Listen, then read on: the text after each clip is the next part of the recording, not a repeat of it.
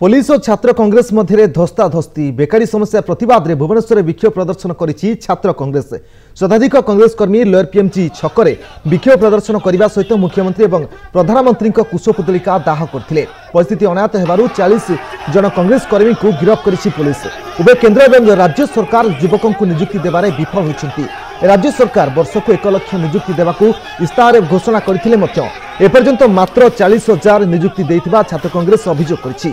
सेबडे आगामी निर्वाचन को आखि आगे रखी छात्र कांग्रेस अजथा राजनीति करुछि। छात्र एवं युवकों समर्थन अभाव छात्र कांग्रेस औषध विकल में ताटिया कामुछि बोली विजु छात्र जनता दल सभापति कहछन्ति।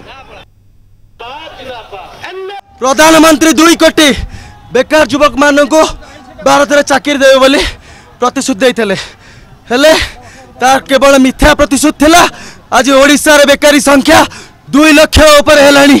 ये जो छात्र समाज रो भविष्य को जो आंदोलन एवं जो बौली भाव में आम कार्यक्रम हाथ को नहीं ए कार्यक्रम आग को चलो यहाँ ट्रेलर आग को फिल्म देखिए नवीन पट्टनायक। आज जो अभियोग आणुछंती जे राज्य सरकार विफल होइछंती ता निश्चित भाव में हास्यास्पद एवं राजनीतिक उद्देश्य प्रणोदित एवं कांग्रेस या औषध विकल ताटिया कामुड़िया सदृश आग को साधारण निर्वाचन तेणु युव वर्ग को एवं छात्र मान को निश्चित भाव में भंडेवा एक भूल धारणा सृष्टि करने एक अपचेष्टा।